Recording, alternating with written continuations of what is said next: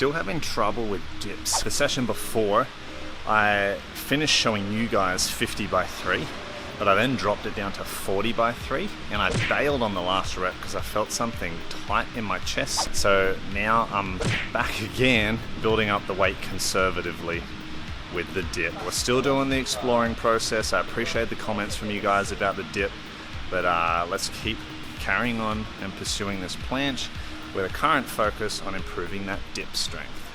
Alright, so today should be the last day of the dip program. The dip has been a program that I've extended a couple weeks longer than what was initially set for it to be, simply because of the trial and error of working out my own dip confidence. It has been the first exercise, so it has been receiving the most attention, and planche has come secondary, and that has been a compromise or a sacrifice, if you want to put it like that, as a way of building up general pushing strength to further help with planche.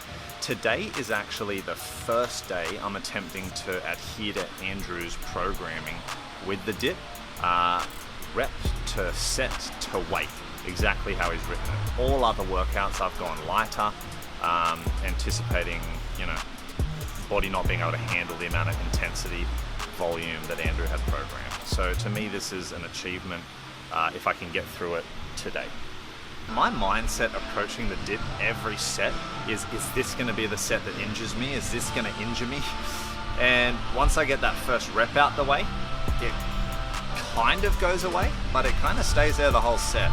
And these several weeks of training have been about dissipating that thought, not making it so intense, so that I'm mentally strong and confident when I approach each set. Regardless, I've worked through it, but just to give you an idea, that happens every time I'm doing it at the moment. So I think the more experience I get with it, the more that's going to go away. But I'm just really happy that I was able to complete a workout, rep for rep, set for set, weight for weight, with what was programmed.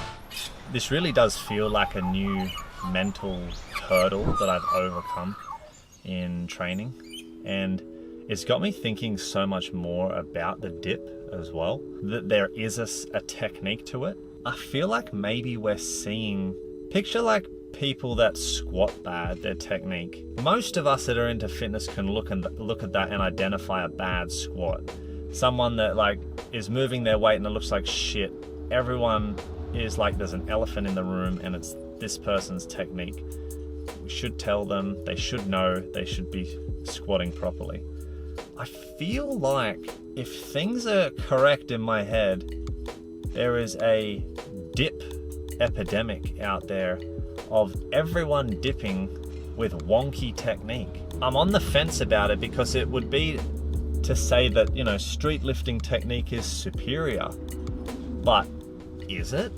If street lifting is this new sport in its infancy, surely technique that is developed from people that are obsessed and prioritizing pull-ups and dips and muscle-ups are going to evolve the most efficient and best technique for that thing. I feel like with this street lifting emphasis on the technique for dips and pull-ups and stuff, we're finding better ways to do it.